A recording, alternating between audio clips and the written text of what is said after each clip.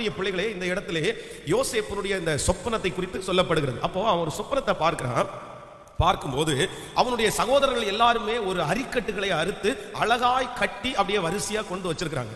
ஆனா எல்லாருடைய அரிக்கட்டுகளும் பாத்தீங்க அப்படின்னா அப்படியே வணங்கி நிற்கிறது. பொதுவாக நெல் கதிர் அறுக்கிறவங்களுக்கு நிறைய பேருக்கு தெரியும், அந்த விவசாயம் பண்ணியிருக்கிறவங்களுக்கு தெரியும்.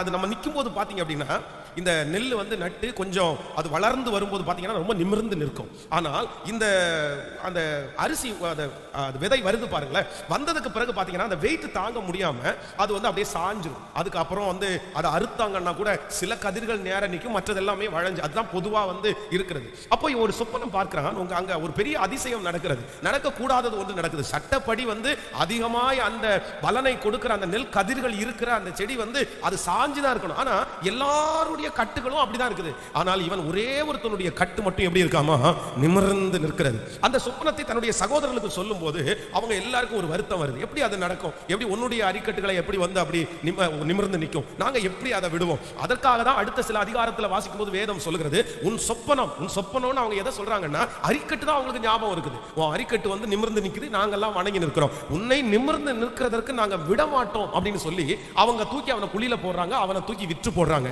ஆனால் வேதம் சொல்லுகிறது, மனிதர்கள் அவனுடைய தலையை குனிய பண்ணணும்னு நினைச்சாங்க, ஆனால் அந்த காரியம் நடக்கவே இல்லை. கர்த்தர் சொன்ன வாக்குத்தத்தத்தின்படியே கர்த்தர் அவன் தலையை நிமிர பண்ணினார்.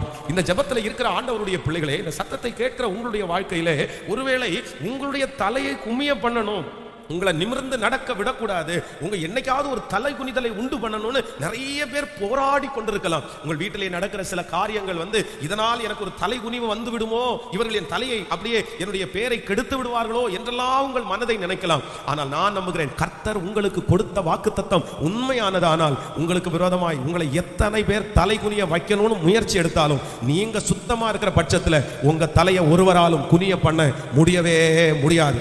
எவ்வளவு பெரிய ஆள் வேணாலும் எழும்பட்டும். ஆண்டவருடைய பிள்ளைகளை, உங்களுக்கு விரோதமா இருக்கிற சத்துருக்கள் வேணும்னா உங்களை குறித்து அப்படியே அழகா அவங்கள்ட்ட சொல்லி உங்க பேரை கெடுத்துறணும்னு முயற்சி எடுத்து அவங்க கங்கணம் கட்டிட்டு ஒருவேளை பலவிதமான ப்ரூஃப் கூட அவங்க கையில வச்சிருக்கலாம். ஆனா நீங்க உண்மையா இருந்தீங்கன்னா, நீங்க கர்த்தரோட நடந்தீங்கன்னா, உங்க வழிகள் தவறில்லை அப்படின்னு சொன்னா நீங்க எதுக்கும் பயப்பட வேண்டிய அவசியம் இல்லை.